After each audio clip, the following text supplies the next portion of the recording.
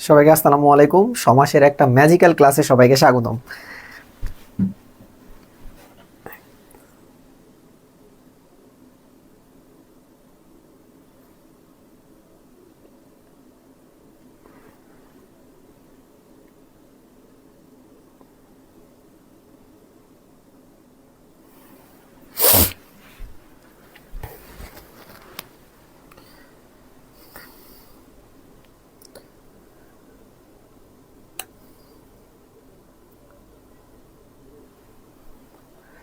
আসসালামু আলাইকুম and welcome. সবাই কেমন আছেন?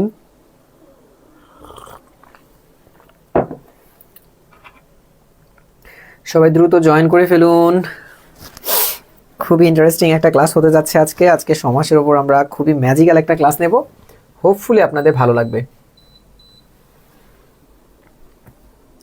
আলোর পথযাত্রী, আসসালামু আলাইকুম স্যার, কেমন আছেন? আলহামদুলিল্লাহ ভালো আছি। আপনি কেমন আছেন? নাহিদ হাসান, আসসালামু আলাইকুম ভাইয়া, কেমন আছেন? আলহামদুলিল্লাহ। শিমুল ভাই সালাম দিয়েছেন, ওয়ালাইকুম আসসালাম। খুব দ্রুত সবাই জয়েন করে ফেলুন। আর একটু কাইন্ডলি সবাইকে মেনশন করে দেন ক্লাসটা, আর একটু শেয়ার করে দেন। কে কোথা থেকে দেখছেন একটু আমাকে জানান। নিশাদ জামান, তিশা আপু, আসসালামু আলাইকুম স্যার। ওয়ালাইকুম আসসালাম। কেমন আছেন? কেমন আছেন ভাই? আলহামদুলিল্লাহ ভালো আছি।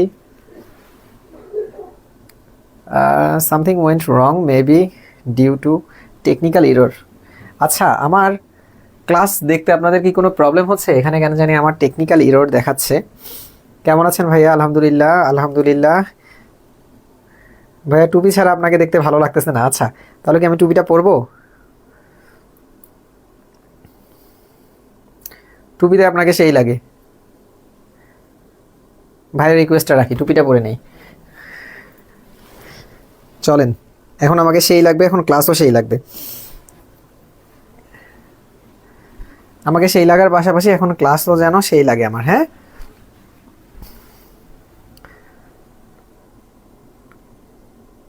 Not is clear. কোনটা? নামটা না তিশা? নামটা ক্লিয়ার, সমস্যা নাই। লাইভ ক্লাসগুলো কি রেকর্ড আপলোড করা হয়? না, আপলোড পরবর্তীতে করা হয় না, 30 দিন পর্যন্ত থাকে। Share done. আচ্ছা, আলামিন ভাইয়া গাজীপুর থেকে, থ্যাংক ইউ। আসসালামু আলাইকুম ভাইয়া। ওয়ালাইকুম আসসালাম।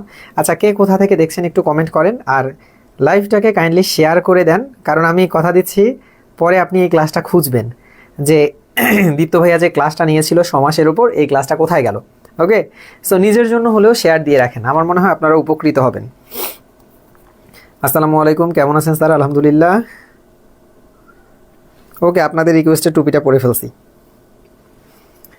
সবাই লাইভটাকে একটু শেয়ার করে দেন, কারণ আজকে চমৎকার একটা ক্লাস হতে যাচ্ছে ইনশাআল্লাহ। পরছি টুপি। আপনারা আমাকে টুপি পরাইতে এত পছন্দ করেন, এটা কোনো কথা? এইভাবে আমাকে টুপি পরাচ্ছেন ভাই।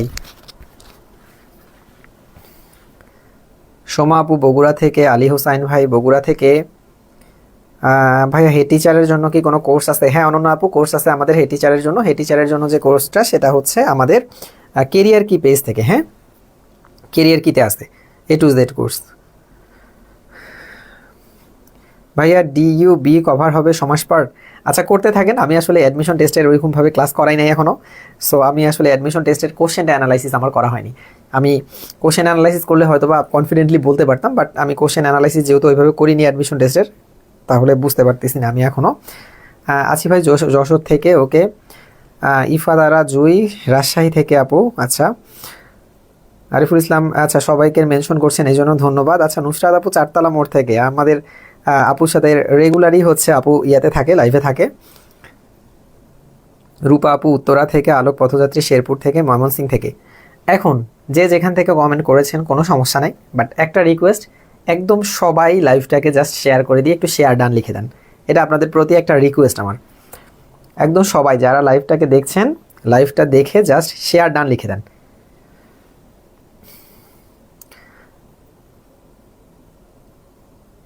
মিনহাজুল্লাহ ভাই রংপুর থেকে। আচ্ছা,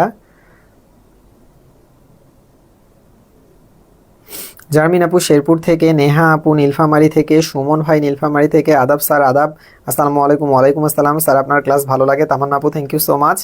ভাইয়া আপনার লেখা কোনো ইন্টারন্যাশনাল অ্যাফেয়ার্স বই আছে? না, আমার লেখা নাই।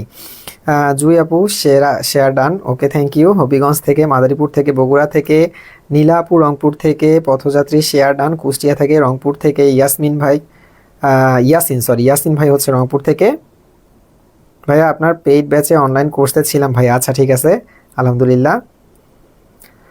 হ্যাঁ, হতাশা সব কিছুতেই। জীবন মানে হতাশ। কেন এত হতাশ ভাই? এত হতাশা তো থাকা যাবে না। জীবন মানেই চিল থাকতে হবে। কয়দিনের জীবন? শেয়ার ডান টাঙ্গাইল থেকে, ভাইয়া শেয়ার ডান। যারা শেয়ার ডান লিখেছেন অসংখ্য অসংখ্য অসংখ্য ধন্যবাদ, অসংখ্য ধন্যবাদ। আর একটা বার আমি সবার শেয়ারটা ডান দেখতে চাই।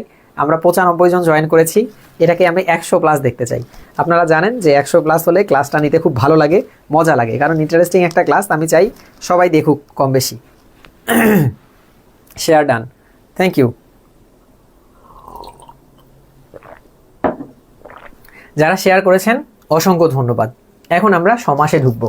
সমাস শিখতে লাগে 6 মাস, কিন্তু আমরা আজকে মোটামুটিভাবে 1 ঘন্টার মতো সময় দেব এবং ট্রাই করব জিনিসটাকে খুব সহজভাবে শেখার জন্য সমাসকে। ওকে, সো সমাসকে সহজভাবে শিখতে গেলে প্রথম যে কাজটা আমাদের করণীয় সেটা হচ্ছে সমাস সম্পর্কে আমাদের আগে জানতে হবে যে সমাস থেকে কি ধরনের কোশ্চেন হয়।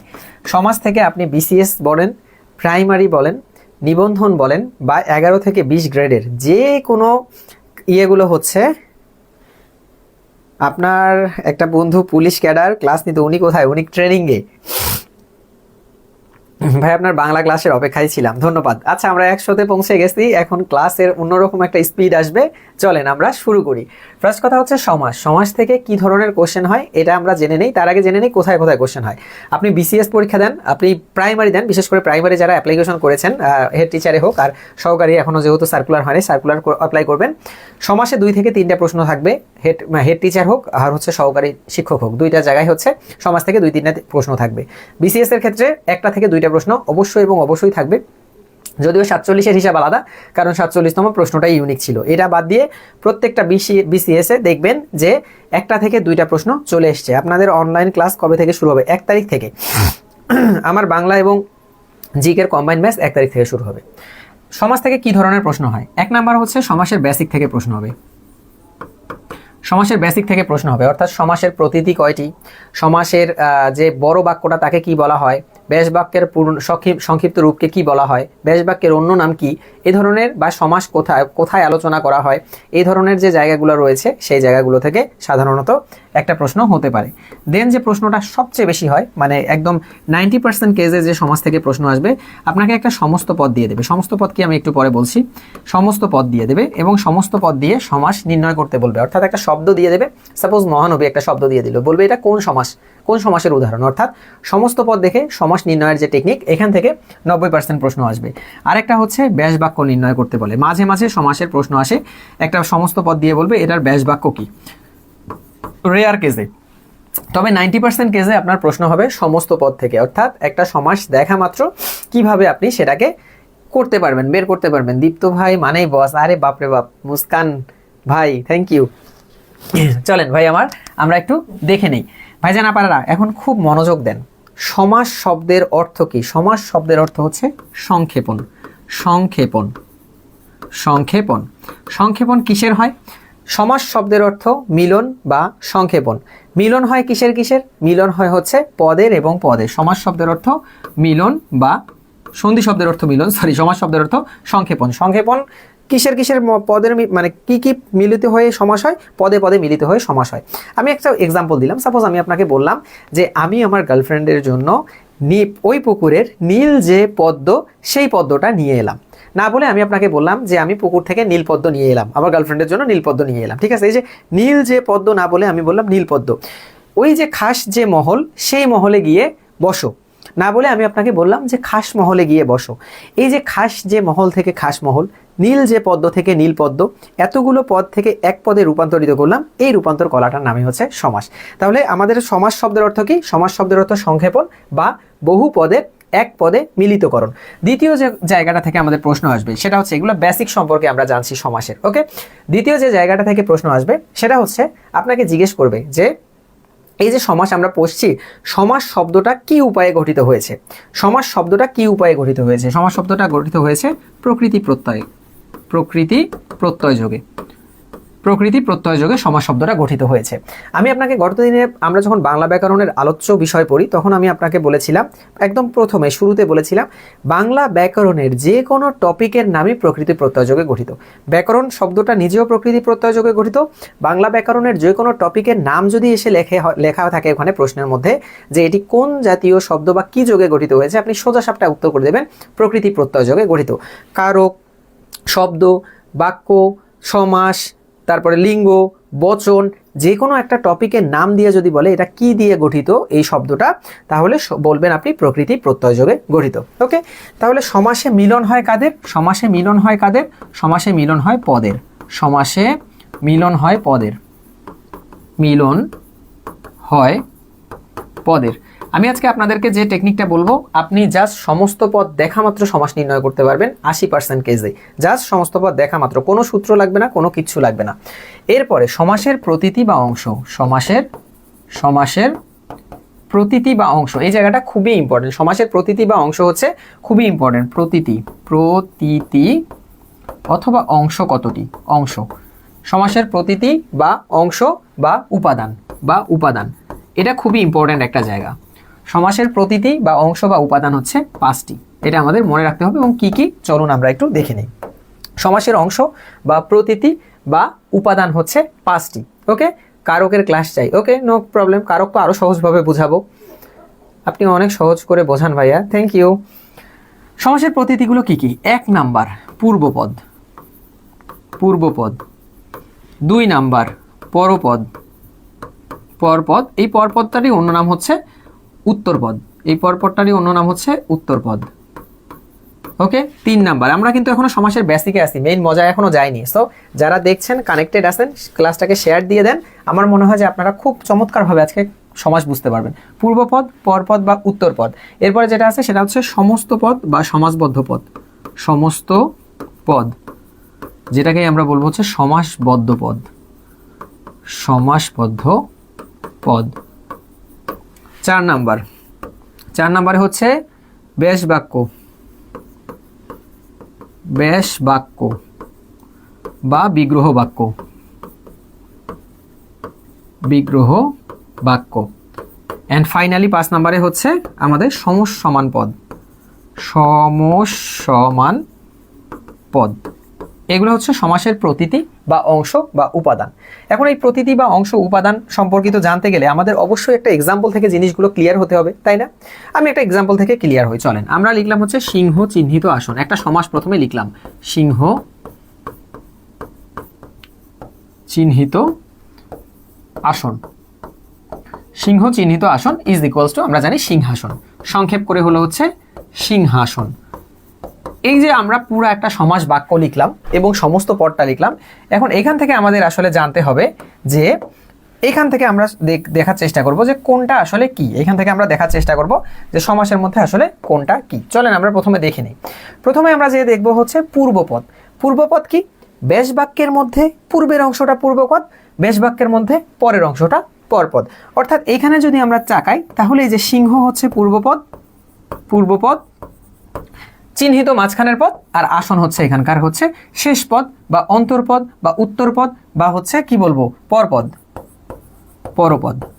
ওকে, এখন সিম্পল কথায় আমরা যে ব্যাস বাক্যটা পাবো, এই ব্যাস বাক্যের মধ্যে সাধারণত পূর্বপদ বা পরপদ ডিটেক্ট করলেও আমাদের অরিজিনাল প্রয়োজন হয় হচ্ছে এই সমস্ত পদে আসলে কোনটা পূর্বপদ এবং কোনটা পরপদ। এই যে সিংহাসন যে জিনিসটাকে যদি আমরা ভাঙি, এখানে আমরা পাবো সিংহ যোগ আসন, তাই না? সিংহ যোগ আসন, মূলত এখানকার পূর্বপদ এবং পরপদটা আমাদের বেশি ইম্পর্টেন্ট, কারণ সমস্ত পদ দেখে আমাদের সমাস ডিটেক্ট করতে হয়। তাহলে সিংহাসনের মধ্যে এই সিংহটা হচ্ছে পূর্বপদ এবং আসনটা হচ্ছে পরপদ। এই সেমই এখানেও সিংহ এবং আসন, যেমন ওখানেও সিংহ আসন আছে, কিন্তু আমরা ওখান থেকে দেখবো যে এখানে আসলে সিংহ হচ্ছে পূর্বপদ এবং ইয়ে হচ্ছে পরপদ। এটা হচ্ছে পূর্বপদ, এটা হচ্ছে পরপদ, শেষ। এবার আমরা দেখি যে এই যে সিংহাসন কথাটা পুরাটা, এইটা কিন্তু সমস্ত পদ, এটার নাম হচ্ছে সমস্ত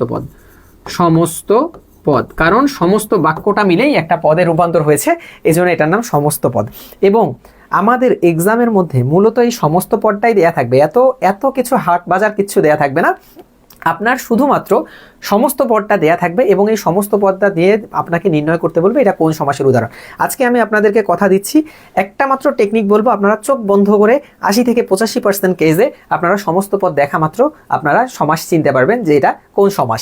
এরপরে আমরা যেটা দেখব সেটা হচ্ছে ব্যাস বাক্য। এই যে পুরা বাক্যটা, সিংহ চিহ্নিত আসন সমান সমান সিংহাসন, এই পুরো বাক্যটাকে বলা হয় ব্যাস বাক্য। এই পুরো বাক্যটাকে বলা হয় ব্যাস বাক্য বা বিগ্রহ বাক্য। আর এই যে প্রত্যেকটা পদ আলাদা আলাদা ভাবে আছে না, সিংহ চিহ্নিত আসন, এই প্রত্যেকটা পদকে আলাদা আলাদা ভাবে বলা হয় হচ্ছে সমসমান পদ, সমসমান পদ। ওকে, তাহলে সমাসের প্রতীতি সম্পর্কে আমরা ক্লিয়ার। প্রথম কথা হচ্ছে সমাসের মধ্যে পূর্বপদ আমরা দেখলাম যে সমস্ত পদেই হোক বা ব্যাস বাক্যের মধ্যে হোক পূর্বের অংশটা হচ্ছে পূর্বপদ। এরপরে দেখেছি পরপদ বা উত্তরপদ, ব্যাস বাক্যেই হোক বা সমস্ত পদে হোক পরের যে অংশটা আছে সেটাই হচ্ছে পরপদ। সমস্ত পদ কি, এই পুরা বাক্য মিলে সংক্ষিপ্ত করে আমরা যেটা পাই সেটাকেই বলা হয় সমস্ত পদ। ব্যাস বাক্য বা বিগ্রহ বাক্য কি, সমস্ত পদকে ভাঙলে আমরা যে বড় বাক্যটা পাই সেটা হচ্ছে ব্যাস বাক্য বা বিগ্রহ বাক্য। সমসমান পদ কি, একটা সমাসের মধ্যে যতগুলো পদ আছে সবগুলোকে আলাদা আলাদাভাবে সমসমান পদ বলা হয়, অর্থাৎ সিংহ চিহ্নিত আসন এগুলোকে সবগুলোকেই সমসমান পদ বলা হয়। এতটুকু জায়গা যদি ক্লিয়ার হন তাহলে আমাকে একটু সবাই লিখবেন যে ক্লিয়ার। আচ্ছা, কেয়া আপু শেয়ার ডান লিখছে, থ্যাংক ইউ সো মাচ। তুবা আপুকে অনেক অনেক ধন্যবাদ শেয়ার করার জন্য। আমার মনে হয় যে আজকের লাইফটা আপনার নিজের জন্য শেয়ার করা উচিত, কারণ আপনি আজকের পর থেকে খুব ইজিলি সমাস ডিটেক্ট করতে পারবেন।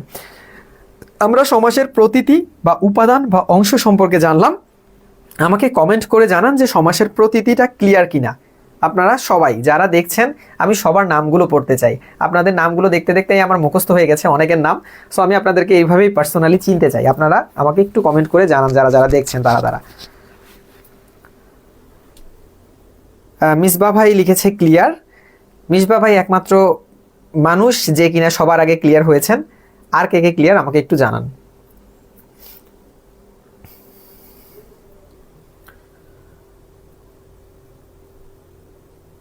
সর্বমঙ্গলা, আরে আল্লাহ আপু আপনার বিশাল নাম তো। সর্বমঙ্গলা আপু ক্লিয়ার, ইব্রাহিম হোসেন ক্লিয়ার, আরফাতুল ভাই ক্লিয়ার, সোহেল ভাই ক্লিয়ার, আসমা আপু ক্লিয়ার, সিথি আপু ক্লিয়ার, শরীফ ভাই ক্লিয়ার, শিমুল ভাই ক্লিয়ার, শাহরিয়া ভাই ক্লিয়ার, জাহাঙ্গীর ভাই, মাস্টার জাহাঙ্গীর সাহেব নাকি, বেস্ট ক্লাস, থ্যাংক ইউ ভাইয়া। শাকিল ভাই ক্লিয়ার। আচ্ছা, শিশির সোয়া বিকেল, নিশাদ জামান, তিশা আপু বুঝছি, সত্যি বুঝছেন? না বুঝলে কিন্তু বলেন। জি ভাইয়া ক্লিয়ার। ওকে, সমাসের এই কথা কোন ঠিক কিনা একটু পরে আসবো, আমরা এটাতে আসবো, এই ডায়লগে আমরা আসবো, কিন্তু একটু পরে, এখনো তো মেইন জায়গায় যাই নাই। মেইন জায়গায় যখন যাবো তখন। এখন আসি আমরা মেইন জায়গার মধ্যে। আমাদের পরীক্ষার মধ্যে এই যে সমস্ত পদ আপনারা দেখতে পাচ্ছেন, এই সমস্ত পদ থেকে ডিরেক্ট প্রশ্ন আসবে। সমস্ত পদ থেকে কি প্রশ্ন আসবে? সমস্ত পদ একটা দিয়ে দেবে, দিয়ে আমাদেরকে বলবে এটা কোন সমাসের উদাহরণ। এখন সমস্ত পদ থেকে আমরা দেখব যে কোনো সমাস যখন আমরা পড়ব তখন আমরা দেখতে পারবো সমাস 6 প্রকার পড়ব। সমাস 6 প্রকারের মধ্যে দ্বন্দ্ব, দ্বিগু, তৎপুরুষ, কর্মধারয়, অব্যয়ীভাব বা বহুব্রীহ। কোথাও আমরা সংজ্ঞা পড়ব যে এটার পূর্বপদ, মানে দ্বন্দ্ব সমাসের পূর্বপদ এবং পরপদ অর্থাৎ উভয় পদ প্রধান। বহুব্রীহি সমাসের কোনো পদ প্রধান না। তারপরে আমরা দেখব যে কর্মধারায় তৎপুরুষ এবং দ্বিগু সমাসের পরপদ প্রধান, অব্যয়ীভাবের প্রথম পদ প্রধান। এখন আমি যখন সিংহাসন কথাটা পড়বো, এখানে সিংহ প্রথম পদ, আসন পরপদ। এখন সিংহ প্রধান নাকি আসন প্রধান, পরপদ প্রধান নাকি পূর্বপদ প্রধান, আবার পরপদ প্রধান হলেও তো পরপদ প্রধানে এরকম 3টা সমাস আসে। আমি কিভাবে ডিটেক্ট করব, এটা আমার মাথার মধ্যে আগে কোনোভাবেই ঢুকতো না। মানে মেইন কথা যেটা আমার মাথায় ঢুকতো না সেটা হচ্ছে সিংহাসন কথাটা দেখার মাধ্যমে এটার কি সিংহটা প্রধান নাকি আসনটা প্রধান, অর্থাৎ পূর্বপদ প্রধান নাকি পরপদ প্রধান, এটা আমার মাথার মধ্যে কোনোভাবেই ঢুকতো না। আজকে একটা টেকনিক বলছি আপনাদের, এটার পর থেকে আপনারা মুহূর্তের মধ্যে একটা মধ্যে সমস্ত পদের মধ্যে কোন পদটা প্রধান এটা আপনারা জানতে পারবেন। তার আগে আসলে এই সমস্ত পদের পূর্ব পদটা প্রধান নাকি পর পদটা প্রধান, এইটার উপর ডিপেন্ড করে সমাসকে 6 ভাগে ভাগ করা যায়। কয় ভাগে ভাগ করা যায়? সমাসকে 6 ভাগে ভাগ করা যায়। তাহলে আপনারা লিখবেন এখন আগে, তারপরে আমি ওই ব্যাপারটা আলোচনা করছি যে সমাস 6 প্রকার। সমাস প্রধানত অথবা যদি দুইটা প্রশ্ন আসে, যদি আসে সমাস কত প্রকার অথবা সমাস প্রধানত কত প্রকার, প্রধানত বা সাধারণত, সাধারণত সাধারণত কত প্রকার যদি আসে, সমাস সাধারণত 6 প্রকার। কত প্রকার লিখবো? প্রধানত বা সাধারণত, বা যদি জেনারেলি আসে সমাস কত প্রকার, তাহলে আমরা সিম্পলি এটার উত্তর করব হচ্ছে 6 প্রকার। কি কি 6 প্রকার চলেন একটু দেখে নেই। আমরা অলরেডি সবাই জানি, তারপরেও দেখে নেই, কারণ আছে এখানে একটা ট্রিক্স আছে, নতুন বই এবং পুরাতন বই অনুযায়ী কিন্তু আলাদা। প্রথম হচ্ছে দ্বন্দ্ব সমাস, দয়ব দন্তের নয় দয়ব, দ্বন্দ্ব, এই দ্বন্দ্ব বানানটা কিন্তু মাঝে মাঝেই পরীক্ষায় আসে, দ্বন্দ্ব সমাস। ওকে, 2 নাম্বার কি? 2 নাম্বার হচ্ছে দ্বিগু সমাস, দ্বিগু সমাস। 3 নাম্বার কি? 3 নাম্বার হচ্ছে কর্মধারয় সমাস, কর্মধারয় সমাস। 4 নাম্বার কি? 4 নাম্বারে হচ্ছে তৎপুরুষ সমাস, তৎপুরুষ সমাস। 5 নাম্বারে কি? 5 নাম্বারে হচ্ছে অব্যয়ীভাব সমাস, অব্যয়ীভাব সমাস। এবং 6 নাম্বারে হচ্ছে বহুব্রীহি সমাস, বহুব্রীহি সমাস। এখন আমাদের যদি সিম্পলি প্রশ্ন আসে সমাস কত প্রকার, আমরা দেখাবো 6 প্রকার। এখন যদি প্রশ্ন আসে সমাস সাধারণত কত প্রকার, আমরা দেখাবো 6 প্রকার। সমাস প্রধানত কত প্রকার, আমরা দেখাবো 6 প্রকার। কোনো প্রবলেম নাই, এটা 2020 সালের বই অনুযায়ী একদম অ্যাপ্রোপ্রিয়েট, আমার এখানে কোনো কথা নাই। কিন্তু যখনই প্রশ্ন আসবে যে সমাস মূলত কত প্রকার, সমাস মূলত কত প্রকার, তখন অ্যান্সার করব আমরা 4 প্রকার। কারণ আমাদের নতুন বই যেটা রয়েছে 2021 সালের যে বইটা রয়েছে নতুন ব্যাকরণ বই, এই নতুন বই অনুযায়ী সমাস মূলত 4 প্রকার দেয়া হয়েছে। এখন 4 প্রকার যদি দেওয়া হয়, কোন 2টা সমাসকে বাদ দেওয়া হয়েছে? সমাস বাদ দেওয়া হয়েছে হচ্ছে এই যে দ্বিগু, কর্মধারা এবং তৎপুরুষ, এই 3টে সমান আছে না, এই 3টারই হচ্ছে পরপদ প্রধান। ওই যে আমি একটু আগেই বললাম যে পরপদ প্রধান নাকি পূর্বপদ প্রধান নাকি উভয়পদ প্রধান নাকি কোনো পদই প্রধান নয়, এগুলোর উপর ডিপেন্ড করেই কিন্তু সমাসগুলোকে ক্লাসিফাইড করা হয়েছে। বাট আমরা কিভাবে ডিটেক্ট করব যে কোনটার কোন পদ প্রধান, এটা আমি একটু পরে আলোচনা করছি। এই যে দ্বিগু সমাসকে আলোচনা করা হয়েছে কর্মধারয় সমাসে, ওকে, অর্থাৎ দ্বিগু সমাসগুলোকে কর্মধারয়ের অন্তর্ভুক্ত করা হয়েছে, তৎপুরুষগুলোকে আবার অন্তর্ভুক্ত করা হয়েছে, কর্মধারয়কে আবার অন্তর্ভুক্ত করা হয়েছে তৎপুরুষ সমাসের। অর্থাৎ এই দ্বিগু এবং কর্মধারয় এই 2টা সমাসকে নতুন বই থেকে বাদ দেওয়া হয়েছে। মূলত কত প্রকার আসে যদি, তাহলে দ্বন্দ্ব সমাস, তৎপুরুষ সমাস, অব্যয়ীভাব সমাস এবং বহুব্রীহি সমাস, এই 4 প্রকার সমাস নতুন বই অনুযায়ী। তাহলে কি এই 2টা সমাস থেকে প্রশ্ন আসবে না? অবশ্যই আসবে। এই জন্য আমাদের 6 প্রকার সমাসই শিখতে হবে, কারণ কর্মধারয় সমাসের হাজার হাজার উদাহরণ রয়েছে, দ্বিগু সমাসের হাজার হাজার উদাহরণ রয়েছে, এগুলো আমাদের অবশ্যই জানতে হবে, পরীক্ষার মধ্যে আসবেও। জাস্ট আমরা জেনে রাখলাম যে সমাস 6 প্রকার, সমাস সাধারণত 6 প্রকার, বাট সমাস মূলত 4 প্রকার। এই মূল 4 প্রকার হচ্ছে দ্বন্দ্ব সমাস, তৎপুরুষ সমাস, অব্যয়ীভাব সমাস এবং বহুব্রীহি সমাস। এগুলো কিসের উপর ডিপেন্ড করে ক্লাসিফাইড করা হয়েছে? এগুলো পদের উপর ডিপেন্ড করে, সমস্ত পদের উপর ডিপেন্ড করে করা হয়েছে, সমস্ত পদের পূর্বপদ ও পরপদের উপর ডিপেন্ড করে, পূর্ব ও পরপদের উপর ডিপেন্ড করে। ওকে, পূর্ব এবং পরপদের উপর ডিপেন্ড করে সমাসগুলো ক্লাসিফাইড করা হয়েছে। অর্থাৎ কোনোটা সমস্ত পদের পূর্বপদ প্রধান অব্যয়ীভাব হবে, পরপদ প্রধান হলে 3টার মধ্যে যে কোনো একটা সমাস হবে, উভয়পদ প্রধান হলে দ্বন্দ্ব হবে, কোনোটাই প্রধান না হলে সেটা বহুব্রীহি হবে। এইবার আসেন আমরা ম্যাজিকটা শিখি।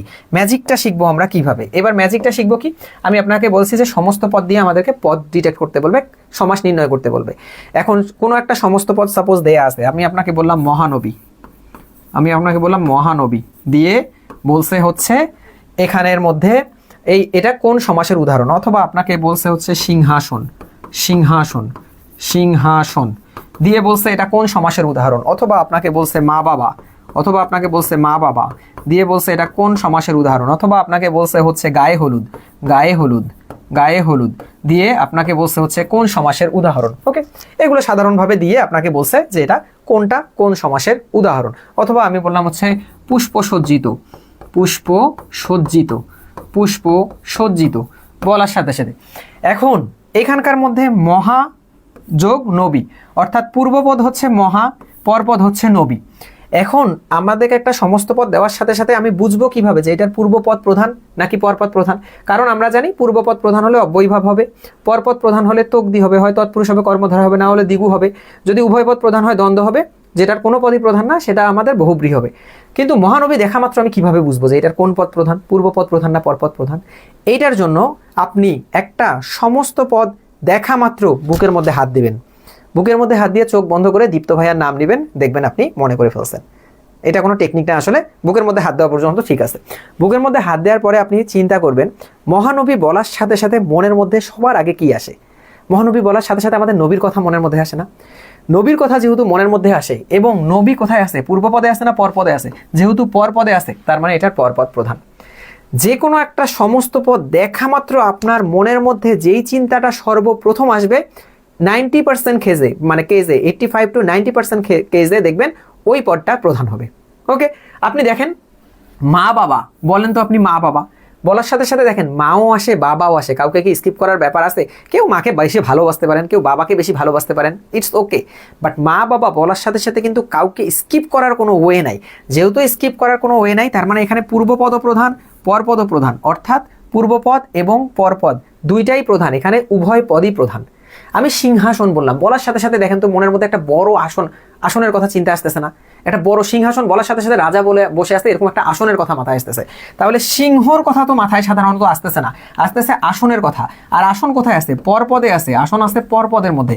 তার মানে এই সিংহাসন সমস্ত পদটার মধ্যে পরপদ প্রধান। ক্লিয়ার? আমি বললাম আপনাকে গায়ে হলুদ। এখন গায়ে হলুদ বলার সাথে সাথে দেখেন তো গা মনের মধ্যে আসে নাকি হলুদ মনের মধ্যে আসে? একটাও আসে না, গাও আসতেছে না, হলুদও আসতেছে না, বরং আপনার মনের মধ্যে একটা চিন্তা, অলরেডি মাথায় একটা প্রোগ্রাম ভাসতেছে, কিন্তু যে অনুষ্ঠানের মধ্যে একটা বর বা কনেকে হচ্ছে হলুদ দেয়া হচ্ছে। তার মানে এখানকার এই যে গায়ে হলুদ বলার সাথে আমার গাও মনের মধ্যে আসে না, হলুদও মনের মধ্যে আসে না, বরং অন্য আনকমন কিছু একটা, বরং একটা প্রোগ্রাম মনের মধ্যে আসতেছে। তার মানে এখানকার পূর্বপদ প্রধান নয়, পরপদ প্রধান নয়, বরং অন্য কোনো একটা পদ প্রধান। আমি বললাম পুষ্প সজ্জিত, বলার সাথে সাথে মনে কি আসে দেখেন তো? পুষ্প সজ্জিত বলার সাথে সাথেই মনের মধ্যে আসতেছে আচ্ছা মানে ফুল দ্বারা সাজানো একটা জায়গা মাথার মধ্যে আসতেছে। আপনার কি কখনো পুষ্প সজ্জিত বলার সাথে সাথে প্লাস্টিক দিয়ে সাজানো কোনো জিনিস বা লাইট দিয়ে সাজানো কোনো জিনিস মনের মধ্যে আসতেছে? না, পুষ্প সজ্জিত বলার সাথে সাথে ফুল দিয়ে সাজানো কোনো কিছু আমার মাথার মধ্যে আসতেছে। তাহলে এখানকার পুষ্পটাই আমার মাথার মধ্যে আগে আসতেছে। তাই পুষ্পটা কোথায় আছে? পূর্বপদ আছে। তার মানে এই সমস্ত পদের মধ্যে পূর্বপদ প্রধান। ক্লিয়ার? এখন পূর্বপদ প্রধান হলে কি হবে, পরপদ প্রধান হলে কি হবে, এগুলো একটু পরে আসছি আমি। আগে আমাকে কনসেপ্টটা বলেন যে এইটা ক্লিয়ার কিনা। আপনি সমাস দেখা মাত্র, সমস্ত পদ দেখা মাত্র কোন পদটা প্রধান, এটা আপনি আপনার বুকে হাত দিয়ে দীপ্ত ভাইয়ের কথা মনে করবেন, এবং তারপরে যে কথাটা মনের মধ্যে আসবে আপনি মনে করবেন এটা। আমি বললাম স্মৃতিসৌধ, দেখেন তো স্মৃতিসৌধ বলার সাথে সাথে একটা সৌধ মাথার মধ্যে আসতেছে না? আমি বললাম তার মানে স্মৃতিসৌধ, সৌধটা মাথার মধ্যে আগে আসছে, তার মানে হচ্ছে সৌধ এখানে মেইন পদ বা হচ্ছে প্রধান পদ। তার মানে পরপদে যেহেতু সৌধ আছে, তার মানে পরপদ প্রধান। আমি বললাম ঝালমুড়ি, বলার সাথে সাথে একটা ঝাল মাখানো মুড়িটা মাথার মধ্যে আসতেছে, তার মানে মুড়িটাই এখানে হচ্ছে প্রধান। পরপদে মুড়ি আছে, তার মানে পরপদ প্রধান। আমি বললাম চা বিস্কুট, এখন চা বিস্কুট বলার সাথে সাথে তো চাও মাথায় আসে, বিস্কুটও মাথায় আসে, যেহেতু দুইটার মাথার মধ্যে আসতেছে, তার মানে এখানকার উভয় পদ প্রধান। ওকে, আমি বললাম হাতে খড়ি বলার সাথে সাথে হাতও মাথায় আসে না, খড়িও মাথায় আসে না, বরং এমন একটা প্রোগ্রাম আমি বুঝতে পারতেছি যেই প্রোগ্রামের মধ্যে একটা ছোট বাচ্চাকে লেখা শেখানোর জন্য প্রথম হাতে কলম দেওয়া হয়, তার মানে অনুষ্ঠান, তৃতীয় কোনো কিছু আমরা বুঝতে পারছি। ওকে, তার মানে সমস্ত পদ দেখা মাত্র আমরা কোনটা কিভাবে করে, মানে কোনটা পরপদ কোনটা মানে পূর্বপদ প্রধান নাকি পরপদ প্রধান কিভাবে বুঝবো, আমি সেই টপিকটা আলোচনা করলাম। এইবার চিল্লায় বলেন ঠিক কিনা, এবার বুঝতে পেরেছেন কিনা, আলোচনা করেন, বলেন, আমাকে বলেন।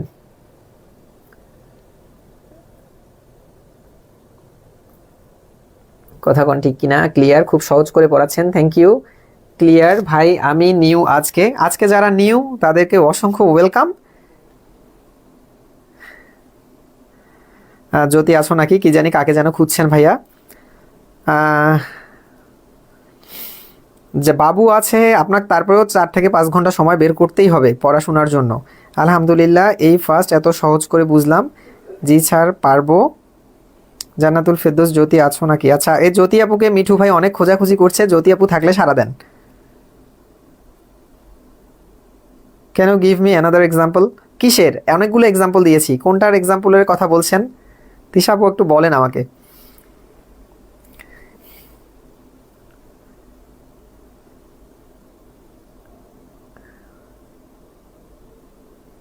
স্যার এইভাবেও সমাস পড়া যায়? I never know. আজকে আরো অনেক কিছু জানবেন, ওয়েট করেন একটু, অনেক কিছু শেখানোর বাকি আছে আপনাকে।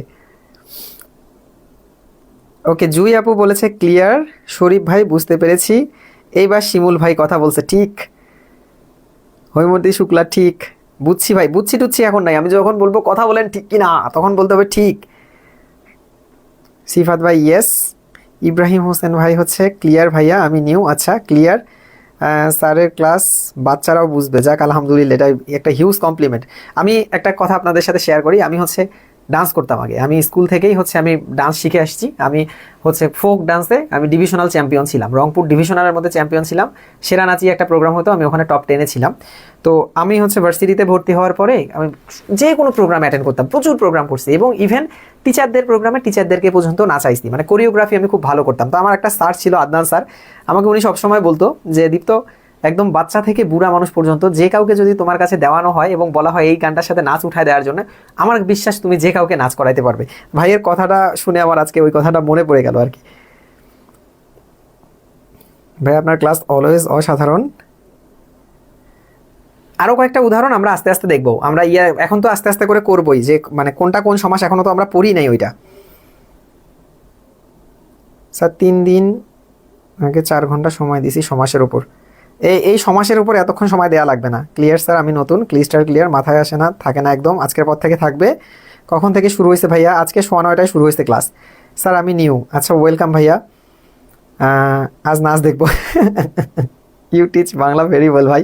আমার বাংলা সাধারণ জ্ঞান আলহামদুলিল্লাহ দুইটাই মোটামুটি আপনাদের ভালো পড়াতে পারবো। এবং আগামী 1 নভেম্বর থেকে, একটু বলে রাখি, আমার কিন্তু আগামী 1 নভেম্বর থেকে আমাদের বাংলা এবং সাধারণ জ্ঞানের একটা কোর্স শুরু হচ্ছে।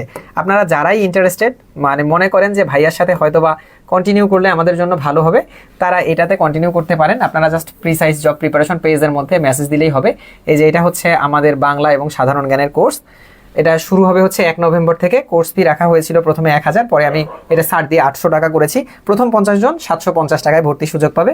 এখানে বাংলা ক্লাস 15টা, প্রয়োজন অনুযায়ী আমি এগুলো বাড়াবো কমাবো। হ্যাঁ, আমার ক্লাসের কোয়ান্টিটি নিয়ে কোনো মাথা ব্যথা নাই। ক্লাস লাগলে 15টা হবে, লাগলে 20টা হবে, লাগলে 25টা হবে। আমরা প্রথম থেকে শুরু করব, আস্তে আস্তে করে একটার পর একটা মানে টপিক শেষ করতে থাকবো, এইভাবে পড়বো। বাংলা, বাংলাদেশ অ্যাফেয়ার্স, আন্তর্জাতিক, ভূগোল এবং নৈতিকতা, এই 5টা টপিক আমি পড়াবো। আগামী 1 নভেম্বর থেকে ক্লাস শুরু হবে, 1 নভেম্বর। এবং এই 1 নভেম্বর থেকে যে ক্লাসটা শুরু হবে, এই ক্লাসটা আগামী 2 থেকে 2.5 মাস চলবে। আপনারা যারা 50 BCS বা হচ্ছে প্রাইমারি হেড টিচার NTRC এর প্রিপারেশন নিচ্ছেন, এখন এই বাংলা এবং সাধারণ জ্ঞানে অনেক বেশি মার্ক থাকবে, আপনারা চাইলে এটাতে অ্যাড হতে পারেন। এটা নিয়ে আমি আর তেমন কথা বলছি না। হ্যাঁ, এটা বারো, আপনাদের যাদের ইচ্ছা শুধুমাত্র পেজে SMS দেবেন, আপনাকে প্রসেসটা বলে দেওয়া হবে। আসেন আমরা পড়াই ফ্রি। প্রথমে আমরা এখন দেখলাম যে আমরা দেখা মাত্র, সমস্ত পদ দেখা মাত্র যে পদটা মাথার মধ্যে আগে আসবে সেটা প্রধান পদ। এখন এইটার উপর ডিপেন্ড করে আমরা সমাসগুলো কিভাবে আসলে নির্ণয় করব। প্রথমে আমরা যেটা দেখব সেটা হচ্ছে দ্বন্দ্ব সমাস। দ্বন্দ্ব সমাস কি হবে? আমি বলেছি যে যে সমস্ত পদ দেখা মাত্র দুইটাই আমাদের মাথার মধ্যে চলে আসবে। হ্যাঁ, দুইটা পদে আমাদের মাথার মধ্যে চলে আসবে, সেগুলো হচ্ছে দ্বন্দ্ব সমাস। দ্বন্দ্ব সমাসের ভুরি ভুরি উদাহরণ আছে। আমি একটু আগেই বলেছি মা বাবা, ভাই বোন, হাট বাজার, স্বর্গ নরক, এরপরে আমি আপনাকে বললাম হচ্ছে যে দা কুমড়া, আকাশ পাতাল, আমি আপনাকে বললাম চা বিস্কুট। এই যে আমি সমস্ত পদগুলো লিখছি, এরকম আমি 100টা লিখতে পারবো। এই সমস্ত পদগুলো লিখছি, আমি 100টা লিখতে পারবো। এখন আপনার কথা হচ্ছে যে দ্বন্দ্ব সমাস কি? দ্বন্দ্ব সমাসের হচ্ছে মেইন কথাই হচ্ছে এটার উভয় পদ প্রধান। এখন কোন পদ প্রধান আমি তো টেকনিক অলরেডি শিখছি, যে যেখানে মানে মনে মনে চিন্তা করব যেই পদটা আগে আসবে সেটা প্রধান। এখানে উভয় পদ প্রধান, এখানে উভয় পদ প্রধান। এখন আপনি দেখেন যে মা বাবা বলার সাথে সাথে কি চিন্তা আসে? মা বাবা দুজনের কথাই চিন্তা আসে, কাউকে স্কিপ করার কোনো ওয়ে নাই। ভাই বোন বললাম, ভাই বোন আপনি ভালোবাসতে পারেন স্পেসিফিকভাবে কাউকে বেশি, বাট দুইজনকে আপনাদের প্রায়োরিটি দিতেই হবে। মানে আলটিমেটলি কোন পদকে আপনি প্রায়োরিটি দিচ্ছেন, এটাই সমাসের মূল কথা। তো আপনি ভাই বোনের মধ্যে ভাইকে বা ইয়াকে তো ইচ্ছা করলেই কোনো কিছু আপনি স্কিপ করতে পারছেন না, ভাইকে বা বোনকে। আপনি ভালোবাসেন আলাদা ব্যাপার, কিন্তু আপনি প্রায়োরিটি আপনার দিতে হচ্ছে, কোনো পদকে আপনি স্কিপ করতে পারছেন না। তার মানে এখানে উভয় পদ প্রধান। হাট বাজার দুইটাই কিন্তু উভয় পদ প্রধান, তার মানে দ্বন্দ্ব সমাস। স্বর্গ নরক উভয় পদ প্রধান, দ্বন্দ্ব সমাস। দা কুমড়া উভয় পদ প্রধান, দ্বন্দ্ব সমাস। ওই যে আপনারা লিখছেন অলরেডি অহিনুকুল লিখেছেন, আয় ব্যয় লিখেছেন, এগুলো যেগুলোই আসে না কেন সবই, এই যে আকাশ পাতাল, চা বিস্কিট, এরকম হাজার হাজার আমি আপনাকে পড়ে শোনাই। কাপড় চোপড়, সুতা, পোকা মাকড়, তারপর দয়া মায়া, ধুতি চাদর, যা তা, যে সে, ধীরে সুস্থে, আগে পাছে, ভালো মন্দ, কম বেশি, আসল নকল, বকেয়া বাকি, এগুলো যতগুলোই পাবেন না কেন, যেখান থেকে হচ্ছে আপনি কোনো একটাকে স্কিপ করতে পারবেন না, দুইটাই সমান গুরুত্বপূর্ণ, সেটাই হচ্ছে দ্বন্দ্ব সমাস। তার মানে দ্বন্দ্ব সমাসের উভয় পদ প্রধান, এবং কিভাবে উভয় পদ প্রধান এটা আমরা ডিটেক্ট করব জাস্ট কল্পনার মাধ্যমে। শেষ আমাদের দ্বন্দ্ব সমাস। দ্বন্দ্ব সমাস নিয়ে আপনাদের কোনো ঝামেলাই পড়বে না, শুধু দ্বন্দ্ব সমাসের কয়েকটা প্রকারভেদ আছে। আজকে যেহেতু এটা ফ্রি ক্লাস, আমরা যেহেতু মানে পেইড ব্যাচের মধ্যে আমি সমাস নিয়ে 2টা বা 3টা ক্লাস নেব, আজকে আপনাদেরকে আমি গ্রস আইডিয়াটা দিচ্ছি, এই জন্য দ্বন্দ্বর আর ক্লাসিফিকেশনে আমরা গেলাম না, এগুলা আমরা পেইড ব্যাচে আলোচনা করব। এরপরে আসি আমরা দ্বন্দ্ব সমাসের ঠিক বিপরীত যে সমাসটা আছে সেটা হচ্ছে বহুব্রীহি সমাস। বহুব্রীহি সমাস, দ্বন্দ্ব সমাসের ঠিক বিপরীত যে ইয়েটা আছে সেটা হচ্ছে বহুব্রীহি সমাস। কেন বিপরীত বললাম আমি?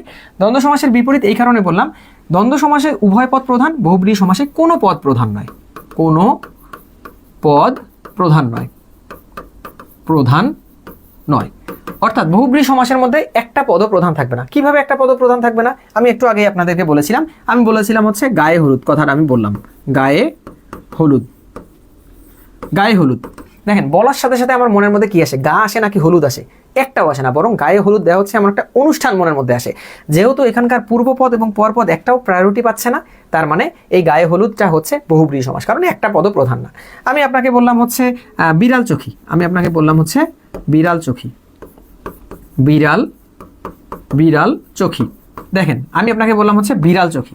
এখন বিড়াল চোখী বলার সাথে সাথে কি বিড়াল মাথার মধ্যে আসে নাকি চোখ মাথার মধ্যে আসে? চিন্তা করেন তো, একটাও আসে না। বরং বিড়াল চোখী বলতে বলতে আপনার মনের মধ্যে অলরেডি ওই বন্ধু বা বান্ধবীটা আপনার আসছে, বা পরিচিত এমন কোনো ব্যক্তি আসছে যার চোখগুলো বিড়ালের মতো, অর্থাৎ ঘোলা ঘোলা। আমার একটা ফ্রেন্ড আছে রাহুল, আমরা ওকে ছোটবেলায় খেপাইতাম ফুটবল খেলার সময়, ক্রিকেট খেলার সময়, বিলাই চোখী, এদিকে বিলাই চোখী মানে কি? তার মানে বিড়াল চোখী বলার সাথে সাথে আমি না বুঝতে পারছি বিড়াল, না বুঝতে পারছি চোখ, বরং বিড়াল চোখ আছে এরকম একজন ব্যক্তিকে আমরা বুঝতে পারছি। তার মানে তৃতীয় কোনো কিছু বুঝতে পারছি। তার যে সমাসের মধ্যেই পূর্বপদ বা পরপদ প্রাধান্য না পায়, তৃতীয় কোনো ঘটনা প্রাধান্য পাবে, সেটাই হচ্ছে বহুব্রীহি সমাস। আমি একটু আগে উদাহরণ দিয়েছি আপনাদেরকে, হাতে খড়ি, হাতে খড়ি, হাতে খড়ি। দেখেন হাতও ইম্পর্টেন্ট না, খড়িও ইম্পর্টেন্ট না, বরং হাতে খড়ি দেয়া হয় এরকম একটা অনুষ্ঠানে আমরা মানে চিন্তা ভাবনার মধ্যে আনছি। তার মানে পূর্বপদ পরপদ কোনোটাই প্রধান না, তৃতীয় কোনো কিছু প্রধান, এই জন্য এটা হচ্ছে বহুব্রীহি সমাস। আমি বললাম আপনাকে হচ্ছে মহাত্মা, আমি আপনাকে বললাম হচ্ছে মহাত্মা, মহাত্মা অর্থাৎ মহৎ আত্মা যার। আমি এখানে মহৎও বুঝতে পারছি না, আত্মাও বুঝতে পারছি না, বরং দানশীল বা বীর কোনো মানে অন্য কোনো একটা অর্থ প্রকাশ করছে, দানশীল হোক বা হচ্ছে মহানুভব হোক, এরকম একজন ব্যক্তিকে আমরা বুঝতে পারছি। অর্থাৎ কোনো একটা গুণ প্রকাশ করছে, গুণের অধিকারী ব্যক্তিকে প্রকাশ করছে। এইভাবে করে যেইগুলোতেই আপনি দেখবেন বহুব্রীহি সমাসের উদাহরণগুলো পড়বেন, আপনি যখন দেখবেন সবগুলো এই কথাগুলোর সাথে মিলে যায়। আমি এত বেশি লিখছি না, আপনি দেখবেন যে যেগুলোতে এই প্রথম পদ পরপদ বা পূর্বপদ প্রাধান্য না পায়, বরং তৃতীয় কোনো ঘটনা আপনার মনের মধ্যে আসবে, অথবা অন্য কোনো অর্থ প্রকাশ করবে, অন্য কোনো পদ প্রধান হবে, সেটাকেই বলা হবে বহুব্রীহি সমাস। ক্লিয়ার? তাহলে এই ছিল আমাদের দ্বন্দ্ব এবং বহুব্রীহি সমাস সম্পর্কিত কথাবার্তা। তাহলে প্রথম কথা হচ্ছে দ্বন্দ্ব সমাস উভয় পদ প্রধান, অর্থাৎ দুইটা পদকে আমার সমান প্রায়োরিটি দিতে হবে। আর বহুব্রীহি পদ কোনো পদ প্রধান নয়, অর্থাৎ দুইটা পদের একটা পদও না আসে, মনের মধ্যে অন্য কোনো একটা চিন্তা চলে আসবে। ওকে, এরপরে আসি আমরা যে পরপদ প্রধান। এটা তো আমরা দেখলাম একটাতে উভয় পদ প্রধান, একটাতে হচ্ছে কোনো পদই প্রধান নয়। এখন এরকম কিছু সমাস আমরা পাবো যেটাতে পরপদ প্রধান, যেটাতে কোন পদ প্রধান হবে? এখানে আমরা লিখি পরপদ প্রধান হবে, পরপদ প্রধান হবে, পরপদ প্রধান হবে। এখন পরপদ প্রধান হবে এরকম কেমন কেমন সমাস আছে? সমস্ত পদ কিছু দেখি। একটু আগে যেমন বললাম সিংহাসন, বলার সাথে সাথে মনের মধ্যে আসন আসতেছে, তার মানে পরপদ প্রধান। আমি যদি বলি নীলপদ্ম, নীলপদ্ম বলার সাথে সাথে মনের মধ্যে কি আসতেছে বলেন তো? নীলপদ্ম বলার সাথে মনের মধ্যে নীল আসে কোনো কিছু না, বরং পদ্ম আসে। পদ্ম যেহেতু পরপদে আছে, তার মানে পরপদ প্রধান। আমি আপনাকে বললাম হচ্ছে দোতলা, দোতলা একটা ভবনের কথা বললাম, তাহলে দোতলা বলার সাথে সাথে মনের মধ্যে একটা দুইতলা ভবনের কথা আসতেছে, তার মানে দোতলা বলার সাথে সাথে তো দুইতলা ভবনই আসবে, তিনতলা চারতলা ভবন তো আসতেছে না, তার মানে কয়টা তলা, এইটাই আমাদের কাছে মেইন। তার মানে তলাটা আছে পরপদে, তার মানে পরপদ প্রধান। এখন এই ধরনের পরপদ প্রধান এরকম সমাস আছে তিনটা। এরকম সমাস আছে কয়টা? পরপদ প্রধান যাদের, এরকম সমাস আছে তিনটা। কি কি? এটাকে আমরা শর্টকাটে মনে রাখবো তকদি, তকদি বা দ্বিতক, যেভাবেই আপনি মনে রাখেন ইচ্ছা, তকদি ভাবে মনে রাখবো। তাই আমাদের পরপদ প্রধান এরকম সমাসকে বলা হয় হচ্ছে তকদি। তকদিতে কি হয়? এই ততে হয় হচ্ছে তৎপুরুষ, তৎপুরুষ। ওকে, ততে হয় তৎপুরুষ। কতে কি হয়? কতে হয় হচ্ছে কর্মধারয়, কর্মধারয়। দিতে কি হয়?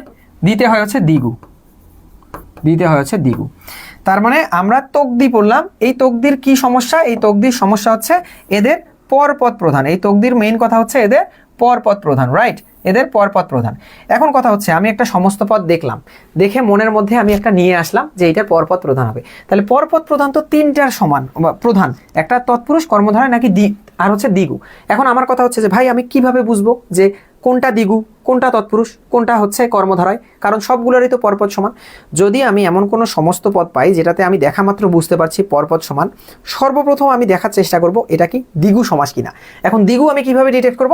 দ্বিগু ডিটেক্ট করার একটা খুব শর্টকাট টেকনিক আছে যেটা আমি আপনাদেরকে বলে দিচ্ছি আজকের পর থেকে, আর হোপফুলি আপনাদের দ্বিগু ডিটেক্ট করতে কোনো প্রবলেম হবে না। দ্বিগু ডিটেক্ট করার শর্টকাট হচ্ছে আপনারা মনে রাখবেন সংখ্যা প্লাস পরপদ থাকবে, সংখ্যা প্লাস পরপদ। এরকম যদি কোনো কিছু পেয়ে যান আপনি তাহলে সাথে সাথে এটা দ্বিগু দেখাবেন। সংখ্যা প্লাস পরপদ মানে কি? সংখ্যা মানে কি দেখেন তো, 1 2 3 4 5 6 7 8 এগুলা সংখ্যা না? এই সংখ্যাগুলা থাকতে পারে অথবা সংখ্যার শর্ট ফর্ম থাকতে পারে। সংখ্যার শর্ট ফর্ম কি? যেমন 2, এই 2 সংখ্যাটা শর্ট ফর্মও থাকতে পারে এই সমস্ত পদের মধ্যে। যেমন 2 এর হচ্ছে দি দো দু, দি থাকতে পারে অথবা দো থাকতে পারে অথবা দু থাকতে পারে, যেটাই থাক না কেন হচ্ছে। যেমন হচ্ছে দোতলা, দোনলা, এই যে দোতলা, দো কথাটা আছে, দো হচ্ছে 2 এর শর্টকাট ফর্ম, অর্থাৎ 2 কথাটা পূর্ণভাবে থাকতে পারে আবার শর্টকাটেও থাকতে পারে। এইটার পরে প্লাস একটা পরপদ থাকবে, প্লাস পরপদ। অথবা 3, যেমন 3 এর শর্টকাট কি কি আছে? 3 এর আছে হচ্ছে ত্রি তে সে, ত্রি তে সে। তারপরে 4 এর শর্ট ফর্ম এরকম আছে হচ্ছে চৌ চতু, 4 এর শর্ট ফর্ম আছে হচ্ছে চৌ চতু, যেমন চৌচালা, চতুর্ভুজ, চতু। তারপর হচ্ছে 5 এর শর্টকাট কি আছে? পঞ্চ আছে, 5 এর শর্টকাট আছে হচ্ছে পঞ্চ, যেমন পঞ্চভুজ। ওকে, 6 এর শর্টকাট আছে ষড়, 7 এর শর্টকাট আছে সপ্ত, যেমন সপ্তাহ, 8 এর শর্টকাট আছে হচ্ছে অষ্ট। এখন আমার কথা হচ্ছে যে আপনি একটা সমস্ত পদ দেখা মাত্র মনে মনে চিন্তা করব এটার কোন পদ প্রধান। যদি পরপদ প্রধান হয় তাহলে 3টা সমাসের যে কোনো একটা সমাস হবে, হয় তৎপুরুষ হবে, নাহলে কর্মধারয় হবে, নাহলে দ্বিগু হবে। কোনটা হবে আমি কিভাবে বুঝবো? প্রথমে দেখবো এটা দ্বিগু কিনা, অর্থাৎ সংখ্যা প্লাস পরপদ আছে কিনা। যদি দ্বিগু হয় তাহলে দ্বিগু দেখাই দেবো, দ্বিগু না হলে পরের দুইটাতে আমরা যাব। তাহলে আমি বললাম আপনাকে কোনো কারণে যে আমি বললাম আপনাকে হচ্ছে চৌরাস্তা, চৌরাস্তা। এখন চৌরাস্তা আমি একটা সমস্ত পদ আপনাকে দিয়ে বললাম যে এটা কোন সমাসের উদাহরণ।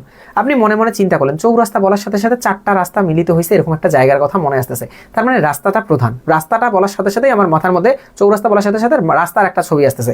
রাস্তা তো পরপদে আছে, তার মানে এটা পরপদ প্রধান। এখন পরপদ প্রধান তো 3টা সমাস, হয় তৎপুরুষ, না হলে কর্মধারয়, না হলে দ্বিগু। আমি কোনটা দেখাবো? এখন আপনার কথা হচ্ছে যে আমি প্রথমে দেখবো এটা দ্বিগু কিনা। দেখেন চৌ প্লাস রাস্তা, তার মানে চৌ হচ্ছে 4 এর শর্টকাট ফর্ম, এবং সংখ্যা প্লাস পরপদ মানে কি? দ্বিগু সমাস, তার মানে চৌরাস্তা অবশ্যই দ্বিগু সমাস। শেষ, হিসাব ক্লিয়ার। এরপরে আমি আপনাকে বললাম যে আপনাকে বললাম হচ্ছে অষ্টধাতু, আমি আপনাকে বললাম হচ্ছে অষ্টধাতু। অষ্টধাতু কোন সমাসের উদাহরণ? এখন আপনি অষ্টধাতু বলার সাথে সাথে 8টা ধাতুর কথা আপনি চিন্তা করছেন, মূল্যবান 8টা ধাতুকে বলানো হয়, তার মানে এখানে ধাতু প্রধান, পরপদ প্রধান। পরপদ প্রধান হচ্ছে তকদি, অর্থাৎ তৎপুরুষ, কর্মধারয় বা দ্বিগু সমাসের পরপদ প্রধান। এখন এখানে অষ্ট প্লাস ধাতু, অষ্ট হচ্ছে 8 এর শর্ট ফর্ম, এরপরে পরপদ, তার মানে এটা দ্বিগু সমাসের উদাহরণ। আমি আপনাকে বললাম সেম ওয়েতে, আমি আপনাকে বললাম হচ্ছে নবরত্ন, নবরত্ন। আমি আপনাকে বললাম যে নবরত্ন, নবরত্ন বলার সাথে সাথে আপনি জানেন যে প্রাচীনকালে 9 জন পণ্ডিতকে বলা হতো নবরত্ন, তাহলে রত্ন কথাটা মাথার মধ্যে আগে আসতেছে, তাই না? অথবা 9টা মূল্যবান ধাতুকে বলা হয় নবরত্ন, তাহলে রত্ন কথাটা মাথার মধ্যে আগে আসতেছে, 9টা রত্ন। তাহলে এটা যেহেতু হচ্ছে পরপদ প্রধান, তার মানে হয় তৎপুরুষ, কর্মধারয়, না হলে হচ্ছে দ্বিগু।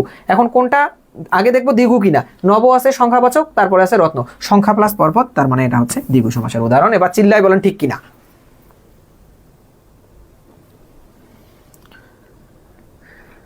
বলেন দ্বিগু সমাস বুঝতে পেরেছেন কিনা? ব্রেন খুলে দিয়েছেন স্যার, জট ভেঙে বেঁধেছিল এতদিন। যাক, ইয়াসির ভাইয়ের ব্রেন খুলে গিয়েছে, আমরা সবাই তাকে করতালি দিয়ে অভ্যর্থনা জানাই।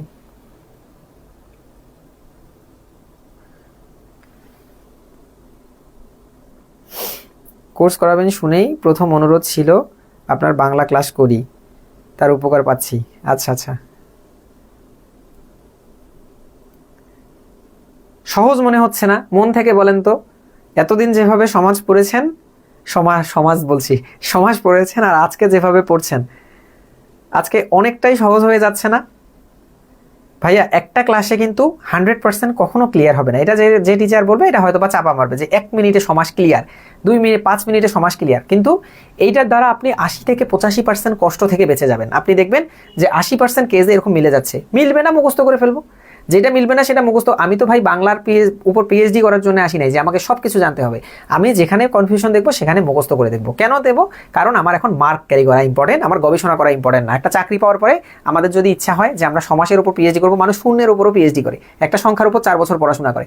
যখন আমাদের মনে হবে যে আমি বাংলা ব্যাকরণ নিয়ে পিএইচডি করবো চাকরি পাওয়ার পরে, আপাতত আমাদের মার্ক ক্যারি করাটা ইম্পর্টেন্ট, এবং এইভাবে আপনারা সর্বোচ্চ পরিমাণ মার্ক ক্যারি করতে পারবেন ইনশাল্লাহ। রিবন হোসেন ঠিক, সর্বমঙ্গলা রয় ঠিক, নিশাদ জামান তিশা আবু লিখেছে ঠিক।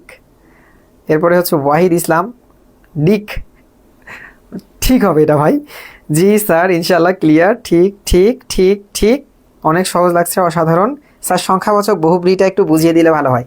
এইটার সাথে সবচেয়ে কনফ্লিক্ট হবে সংখ্যাবাচক বহুব্রীর, এটা অবশ্যই আমি বুঝিয়ে দেবো, যেহেতু কনফ্লিক্ট হবে একটু পরেই আমরা ওটা কনফিউশন ক্লিয়ার করব। কারক নিয়ে ক্লাস চাই, নিব, সমস্যা নাই। কথা ক্লিয়ার নাকি কোনো ভেজাল? হ্যাঁ আচ্ছা, কথা ক্লিয়ার, কোনো ভেজাল নাই। আচ্ছা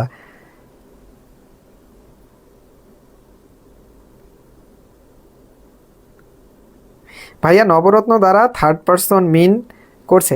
নবরত্ন দ্বারা স্পেসিফিকভাবে 9 জন লোককেই মিন করতেছে, থার্ড পারসন কোনো কিছু না। মারহাবা ভাই, পেইড ব্যাচের ক্লাসগুলো কি কি বার হবে? আমি সম্ভবত পেইড ব্যাচের ক্লাসগুলো রবি মঙ্গল বৃহস্পতি নিব রাত 9:30টায়। দীপা পানি, ওয়াহিদ ভাই আমার ক্লাসের প্রেমে পড়ে গেছে, যাক তাও ভালো। সহজ মনে হচ্ছে, পড়াটা শেষ হয় না ক্লাস করলেই ভাই, তাই লেট হলো। আচ্ছা আচ্ছা, ইনশাল্লাহ কালকে দেখে নেবো। ওকে ঠিক আছে, কোনো সমস্যা নাই। জি স্যার, দা কুমড়া সম্পর্ক মিলনার্থক হবে কেন ভাই? দা কুমড়া তো আমি মিলনার্থক বলিনি, দা কুমড়া বিরোধার্থক হবে। এগুলা নিয়ে পরে আরেকদিন আলোচনা করবো, এগুলোও কিছু জিনিস আমাদের জানার আছে। আমি আপাতত আজকে বেসিকটা দেখানোর চেষ্টা করছি।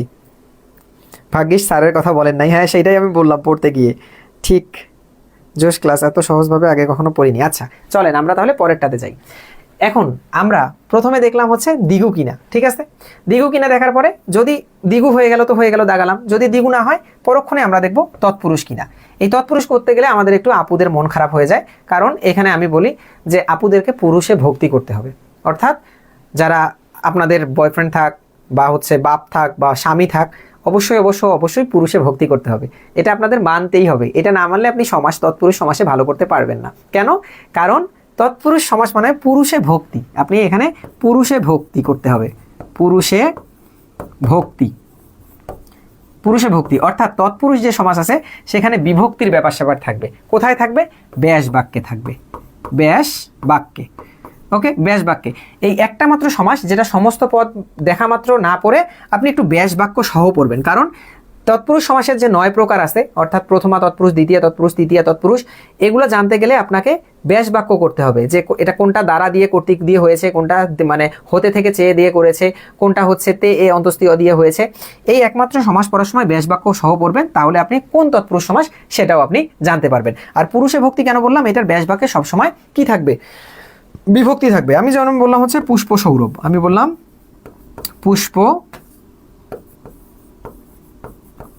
সৌরভ, আমি আপনাকে বললাম পুষ্প সৌরভ।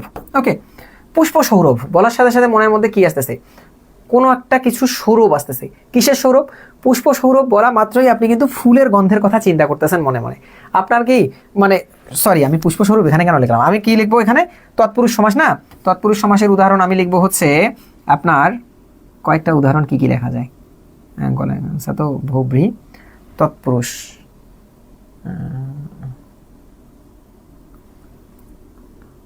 কারাগার। আচ্ছা দাঁড়ান একটু দেখে দেখে কয়েকটা এক্সাম্পল লিখে নেই তৎপুরুষ সমাসের। আচ্ছা এই যে আছে,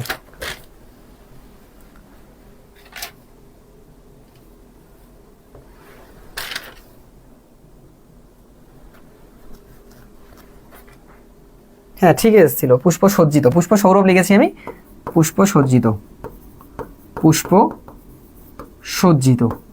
তাহলে কোনো কিছু সজ্জিত, কোনো কিছু সাজানো বুঝছি, অর্থাৎ হ্যাঁ পুরুষে ভক্তি করতে হবে। স্যারের উপসর্গের ক্লাসটা খুঁজে পাচ্ছি না কেন? আচ্ছা এগুলো খুঁজে পাবেন, সমস্যা নাই। চলেন আগে আমরা একটু দেখে নিই আমরা কি দেখবো এখন। তৎপুরুষ সমাসটা আমরা দেখব। ওকে, আমি বললাম হচ্ছে ছেলে ধরা, আমি আপনাকে বললাম হচ্ছে ছেলে ধরা। দেখেন ছেলে ধরা বলার সাথে সাথে কি বলতেছে, ধরাটাকে মেইনলি বুঝাচ্ছি না, ছেলেকে ধরা মানে ধরে নিয়ে যাচ্ছে, তার মানে পরপদ প্রধান।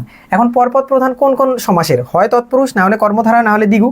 এখন দেখেন এটা তো দ্বিগু হবে না, কারণ আগে সংখ্যাবাচক নাই, তাহলে কি হবে, ছেলে ধরা, ব্যাস বাক্য করলে হবে হচ্ছে ছেলেকে ধরা, কে রে বিভক্তি আছে, অর্থাৎ দ্বিতীয় বিভক্তি আছে, যেহেতু বিভক্তির ব্যাপার স্যাপার আছে এবং পুরুষে ভক্তি, এবং এই কারণে এটা হচ্ছে তৎপুরুষ সমাস হয়ে যাবে। ওকে, এরপরে আমি যদি বলি আপনাকে হচ্ছে ছেলে ধরার পরে আমি বললাম আপনাকে হচ্ছে আরও কয়েকটা উদাহরণ দিই আপনাকে। তৎপুরুষ সমাসের বহু উদাহরণ আমি লিখেছিলাম, এখানে কেন জানি পাচ্ছি না এই মুহূর্তে। আচ্ছা, এখান থেকে বই থেকে দিই কয়েকটা, তাহলে আপনাদেরকে ক্লিয়ার হবে। এই যে পাইছি, হ্যাঁ, আম কুড়ানো, যেমন আছে আম কুড়ানো, আম কুড়ানো, দেখেন আম কুড়ানো, আম কুড়ানো বলার সাথে সাথে মাথার মধ্যে কি আছে, কোনো কিছু আমরা কুড়াচ্ছি, যেহেতু কোনো কিছু কুড়াচ্ছি অর্থাৎ কি আছে এখানে, যে কুড়ানো হচ্ছে ফেস করেছি, অর্থাৎ কুড়ানো হচ্ছে পরপদে আছে, অর্থাৎ পরপদ প্রধান। পরপদ প্রধান হয় তৎপুরুষ, না হলে কর্মধারা, না হলে দ্বিগু। এখন এটা তো দ্বিগু হবে না আমি শিওর, কারণ এখানে সংখ্যাবাচক কোনো কিছু নাই। এখন দেখবো তৎপুরুষ কিনা, কি করতে হবে, ব্যাস বাক্য দেখতে হবে। আম কুড়ানো হচ্ছে আম কে কুড়ানো, কে রে দ্বিতীয় বিভক্তি, অর্থাৎ এটা দ্বিতীয় তৎপুরুষ সমাস। ক্লিয়ার? এইভাবে হচ্ছে ছেলে ধরা, আম কুড়ানো, তারপরে আসে হচ্ছে বিস্ময় আপন্ন, বিস্ময়কে আপন্ন, এরপরে আসে হচ্ছে দেব দত্ত, দেবকে দত্ত, রথ দেখা, রথকে দেখা, ভাত রাধা, ভাতকে রাধা, বীজ বোনা, বীজকে বোনা।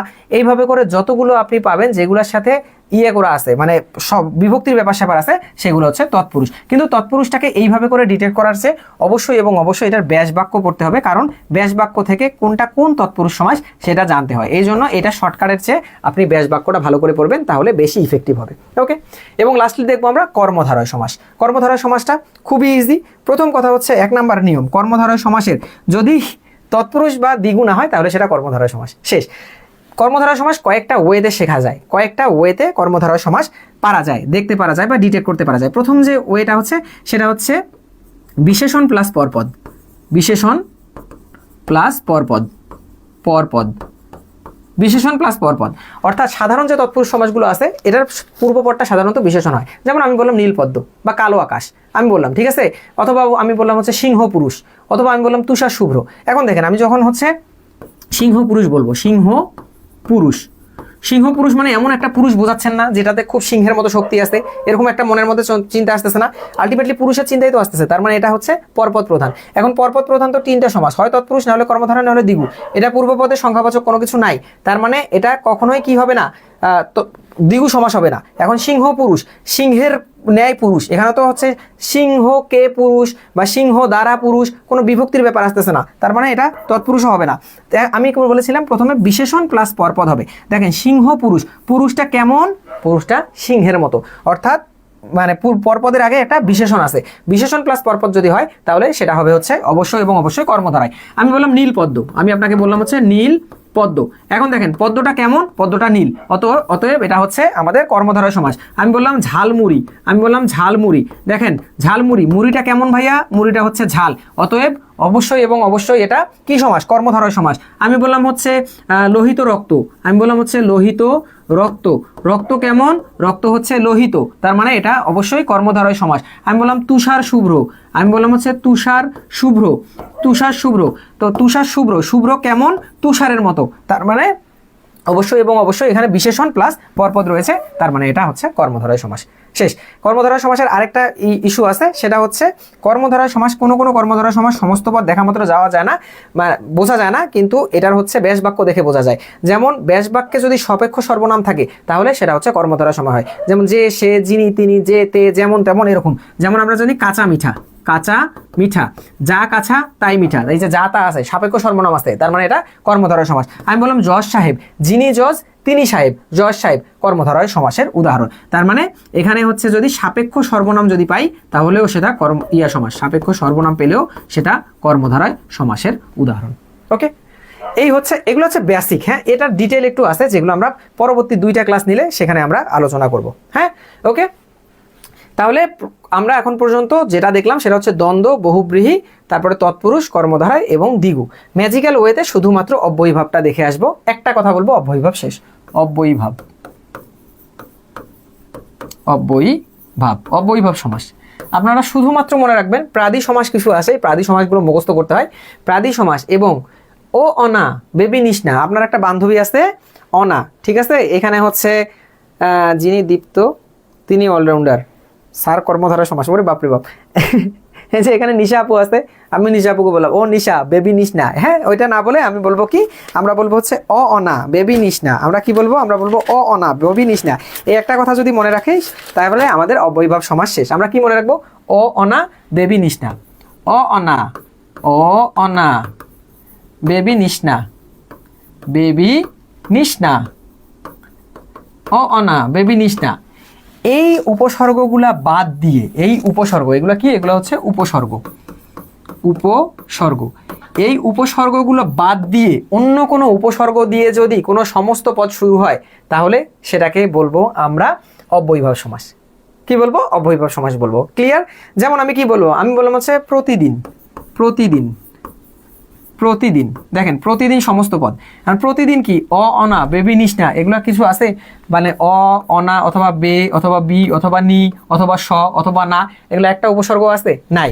তার মানে প্রতিদিন অবশ্যই অব্যয়ভাব সমাসের উদাহরণ। আমি বললাম উপকূল, উপকূল, উপকূল, উপকূলে কি এই উপসর্গগুলো আছে নাই, তার মানে উপসর্গ অন্য কোনো উপসর্গ, তার মানে অবশ্যই এটা অব্যয়ভাব সমাস। আমি বললাম হচ্ছে আপনাকে হচ্ছে আরক্তিম, রক্তিম, রক্তিম। তাহলে আরক্তিম কি, আরক্তিম আ উপসর্গ দিয়ে শুরু হয়েছে। আমি বলছিলাম অ অনা বে বি নি স না, ও অনা বেবি নিস না, এটা যদি থাকে তাহলে এই উপসর্গগুলো বাদে অন্য উপসর্গ দিয়ে যদি শুরু হয় তাহলে সেটা হবে অব্যয়ভাব সমাস। এই হচ্ছে সমাস সম্পর্কিত একদম A to Z বেসিক আলোচনা। আরেকটা ক্লাসের মধ্যে এইগুলো হচ্ছে প্রকারভেদগুলো সম্পর্কে আমরা আলোচনা করতে পারবো, এবং প্রকারভেদ সম্পর্কে যেমন হচ্ছে উপমান, উপমিত, রূপক, এগুলো খুব ম্যাজিক্যাল ওয়েতে শেখা যায়। তারপর তৎপুরুষ সমাসেরও সব কিছু ম্যাজিক্যাল ওয়েতেই শেখা যায়। তারপরে হচ্ছে বহুব্রীহি সমাসের সংখ্যাবাচক বহুব্রীহি দ্বিগুর মধ্যে পার্থক্য, এই জিনিসগুলো আজকের আর মানে ক্লাস লেন্দি করব না, অনেক বড় হয়ে গেছে। শুধুমাত্র আরেকটা জিনিস আমি পড়াবো হচ্ছে সেটা হচ্ছে দ্বিগু এবং সংখ্যাবাচক বহুব্রীহি, কারণ এই দুইটা যেহেতু মিলিত হয়ে যায়, কোনটা দ্বিগু হবে কোনটা সংখ্যাবাচক বহুব্রীহি হবে, এই দুইটা শুধুমাত্র এখন আমি আপনাদেরকে পড়াবো। বাকি এতক্ষণ পর্যন্ত যা কিছু শিখিয়েছি সেগুলো আপনি আমাকে বলেন যে ক্লিয়ার কি না।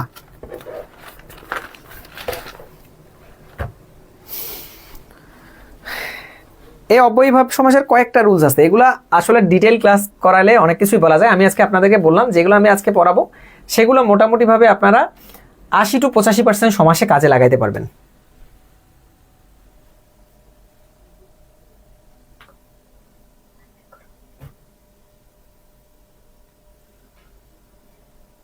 আব্দুল্লাহ ভাই ভালো প্রশ্ন করছেন, কিন্তু এটা আজকে বোঝানো সম্ভব না ভাইয়া। নেক্সট দিন কারক বিভক্তির একটা ক্লাস চাই। ওকে, ক্লিয়ার ক্লিয়ার ক্লিয়ার।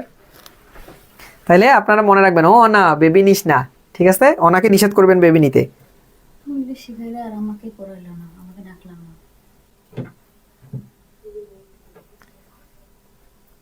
জি ভাইয়া ক্লিয়ার। এখন আসেন আমরা ফাইনাল যে জিনিসটা দেখবো সেটা হচ্ছে দ্বিগু এবং সংখ্যাবাচক বহুব্রীহি। দ্বিগু ভার্সেস সংখ্যাবাচক বহুব্রীহি, দ্বিগু ভার্সেস সংখ্যাবাচক বহুব্রীহি।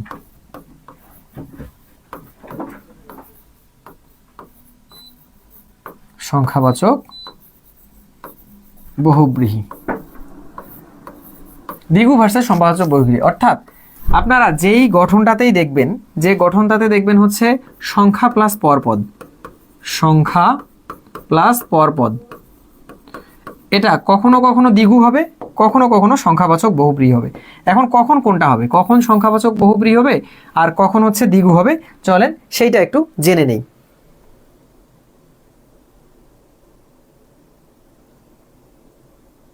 ওকে চলেন, কখন দ্বিগু হবে কখন সংখ্যাবাচক বহুব্রীহি হবে, এটা খুবই ইম্পর্টেন্ট একটা জায়গা, কেউ জানেন না, একটু দেখে নেন।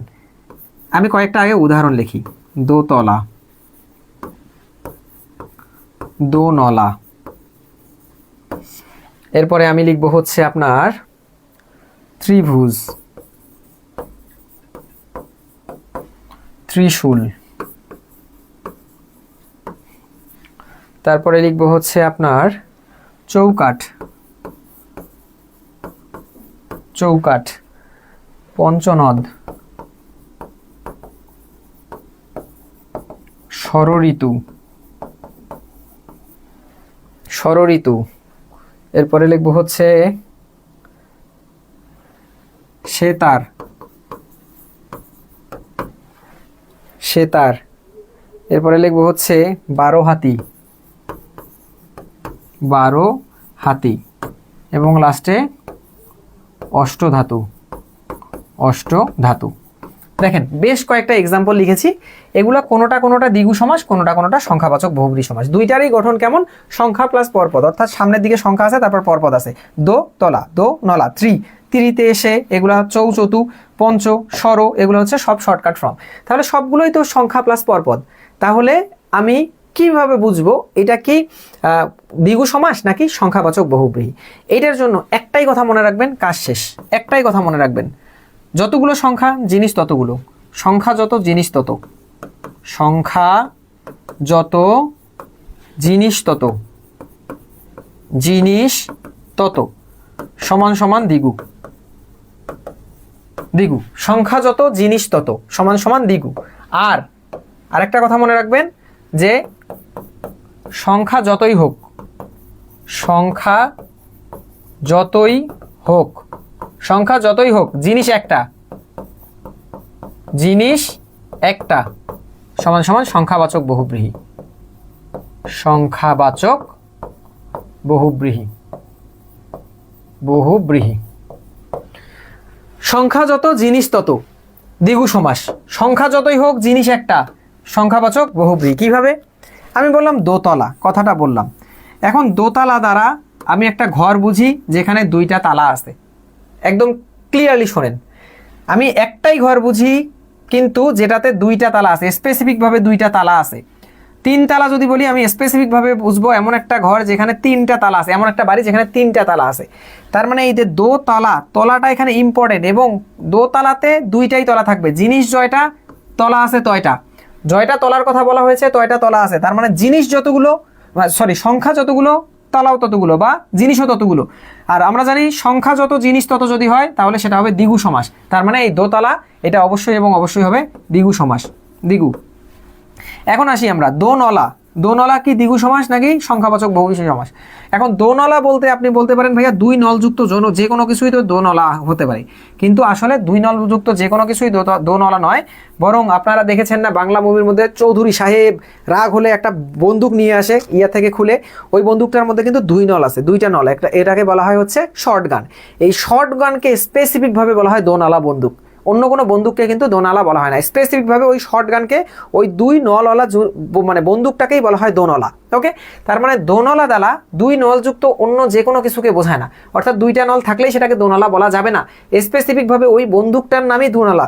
তার মানে জিনিস যতগুলাই হোক, কি মানে সংখ্যা যতগুলাই হোক, দ্বারা 2টা সংখ্যা বোঝানো হয়েছে, 2টা নল দ্বারা 2টা সংখ্যা বোঝানো হয়েছে, কিন্তু আলটিমেটলি এখানে ইয়ে আছে কয়টা, জিনিস আছে কয়টা, একটা। দোনলা বলতে দোনলা বন্দুকটাকে বোঝায়। তার মানে সংখ্যা যতই হোক জিনিস একটা, এটা সংখ্যাবাচক বহুব্রীহি, সংখ্যাবাচক বহুব্রীহি, বহুব্রীহি। এরপরে আসেন ত্রিভুজ। ত্রিভুজ, ত্রিভুজ কথাটার দ্বারা কি বোঝায় বলেন তো?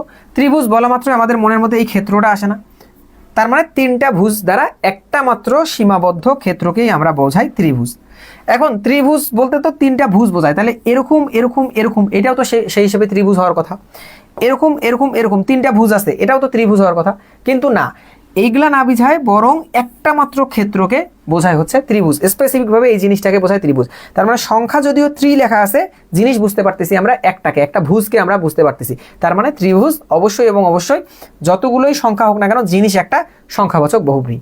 কিন্তু এই ত্রিভুজ বেশিরভাগ বইয়ের মধ্যে দ্বিগু সমাস দেয়া আছে, যেটা ভুল। কিন্তু পরীক্ষার হলে আসলে আমাদের আসলে দ্বিগুই দাগাতে হয়, এটা সংখ্যাবাচক বহুব্রীহি দাগানোর দরকার নাই, আপনারা দ্বিগু দাগাবেন। ওকে, এরপর আসি আমরা হচ্ছে ত্রিশূল। ত্রিশূল, এখন দেখেন ত্রিশূল মানে কি? 3টা শূল।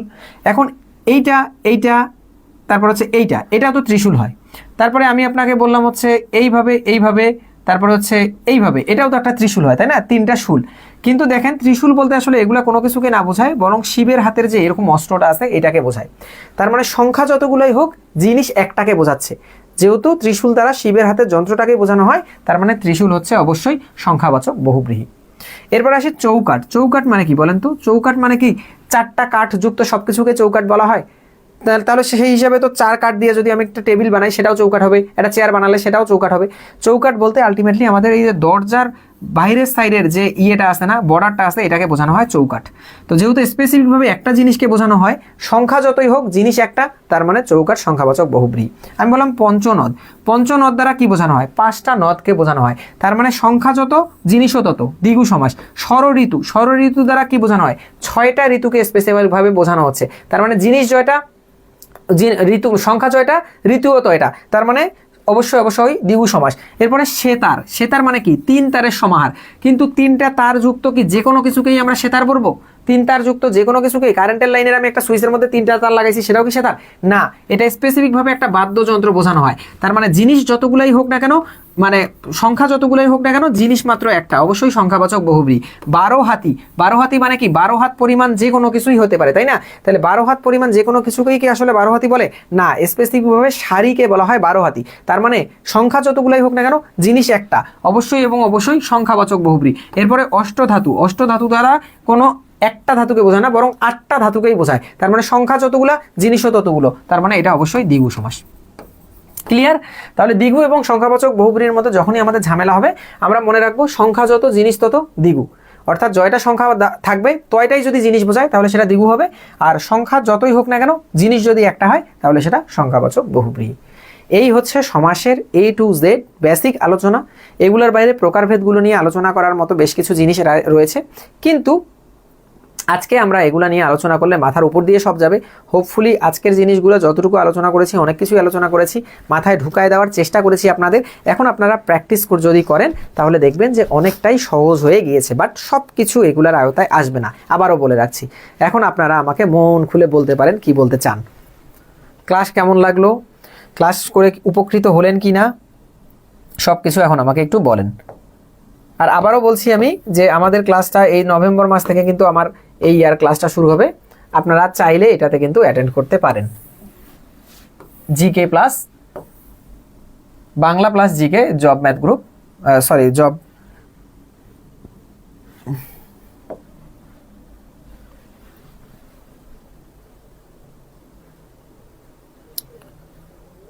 চৌচালা। চৌচালা মানে কি দেখেন তো? চৌচালা মানে হচ্ছে আপনি এরকম ঘরকে বোঝেন না, 4টা চালযুক্ত যে ঘর, এরকম জিনিস না, কিন্তু চৌচালা বলতেই কিন্তু স্পেসিফিক ভাবে এরকম একটা ঘরকে বোঝান। তার মানে জিনিস যতগুলাই হোক ঘর একটাই, তার মানে এটা অবশ্যই সংখ্যাবাচক বহুব্রীহি।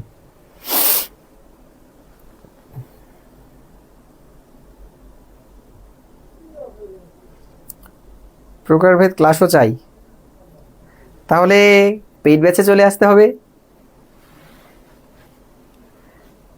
অনেক ধন্যবাদ ভাইয়া, আলহামদুলিল্লাহ ডান। ফ্রি ক্লাস কবে হবে ভাইয়া? ফ্রি ক্লাস কাল পরশু আবার নিব ভাইয়া। আগামীকাল সমাসের বাকি ক্লাস চাই। ক্লাস দারুণ লেগেছে, সহজ লেগেছে। এই নোয়াখাইল্লাগুলাকে ক্লাস একদম শেষ সাথে সাথে একদম লিভ নিয়ে নিচ্ছে, একটু গল্প স্বল্পও করেন। কতদিন চলবে কোর্সটা? আমরা 2.5 মাসের মতো চালাবো এই কোর্স। শেষের 3টা প্লিজ আরও একবার, এটা একটু আপনি ইয়াটা করে নেবেন, ক্লাসটা আরেকবার দেখে নেবেন, তাহলেই হবে। হ্যাঁ, অসাধারণ ছিল। সর্বতর মঙ্গলা আপুর একদম নামটা উচ্চারণ করতে করতেই আমার খবর হয়ে যায়। না, শিট দেওয়া হবে না, তবে আমার প্রিসাইজ প্রিলি এমসিকিউ জব সলিউশনটার পিডিএফ দেবো আমি। অনেক কিছু শিখলে ও জানতে পারলাম ভাই। আচ্ছা, থ্যাংক ইউ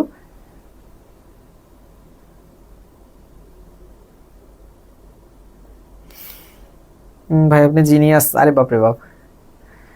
সর্বতমঙ্গল রাধে বিনোদিনী রায়, বৃন্দাবনের বংশীধারী ঠাকুর কানাই, একলা রাধে জল ভরিতে যমুনাতে যায়, পেছন থেকে কৃষ্ণ তখন আরে আরে চায়, জল ভর রাধে ও গোয়ালের ঝি, কলস আমার পূর্ণ করো রাধে বিনোদী, কালো মানিক হাত পেতেছে চাঁদ ধরিতে চায়, বামুন কি আর হাত বাড়ালে চাঁদের দেখা পায়, কালো কালো করিস নালো ও গোয়ালের ঝি, আমায় বিধাতা করেছে কালো আমি করব কি। এটা একটা পছন্দের গান, সর্বোত্তমা আপুর নাম দেখে মনে পড়লো। আমি পেইড ব্যাচে যুক্ত হব। ওকে, পেজে মেসেজ দিলেই হবে। স্যার সব শেষে মন খারাপ কেন? শারমিনাপুর মন খারাপ কেন হয়ে গেল? টাকা কিভাবে দিতে হবে? পেজে SMS দিলে আপনাকে ভর্তি প্রসেসটা বলে দেওয়া হবে। আমি আজকেই আপনার পেজ খুঁজে পেয়েছি ইয়াসির ভাই। ওকে ভাই, খুঁজে পেয়েছেন, আর 10 জনকে রিকমেন্ড করবেন যাতে সবাই খুঁজে পায়, যদি উপকৃত হন। আলহামদুলিল্লাহ অনেক উপকৃত হয়েছি, পুরাটা শিখতে পারলে ভালো রাখতো। হৈমন্তী আপু লিখছে দীপ্ত স্যার সবসময় সেরা, থ্যাংক ইউ। শিশির আপু লিখেছে অসাধারণ ক্লাস, থ্যাংক ইউ। নাচ হবে একটা ভাই? হ্যাঁ নাচ হবে। There is no contact number for joining paid batch. Paid ব্যাচের জন্য আমার যে এই যে পেজ আছে, যেই পেজের মধ্যে লাইভ হচ্ছে প্রিসাইজ জব প্রিপারেশন, এই পেজে SMS দিলেই হবে, অ্যাডমিন নিয়মটা বলে দেবে। সুপার ডুপার টপার ক্লাস, কণ্ঠ মাশাল্লাহ ভাই, অলরাউন্ডার, থ্যাংক ইউ।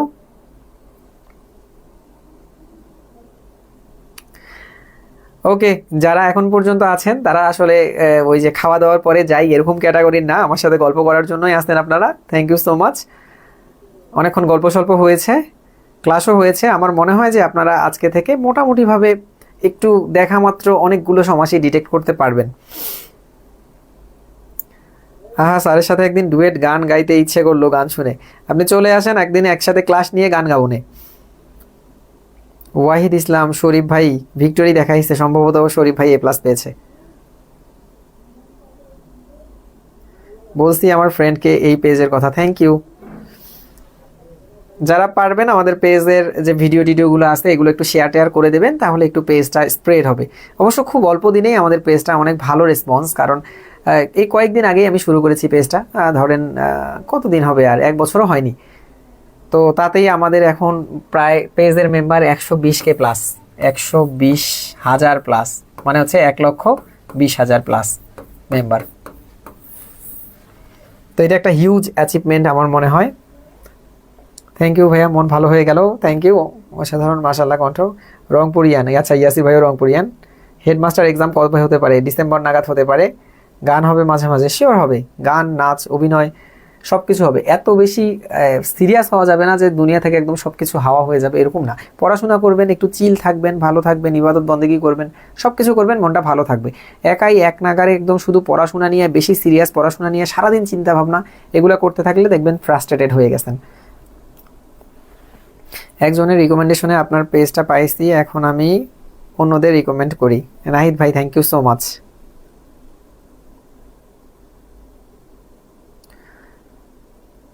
ঠিক আছে, তাহলে সবাই ভালো থাকেন, সুস্থ থাকেন। অনেকক্ষণ ক্লাস করে আমি হাঁপাই গেছি, আমি একটু খাওয়া দাওয়া করি, আপনারাও খাওয়া দাওয়া করে নেন, তারপরে পড়তে বসে যান।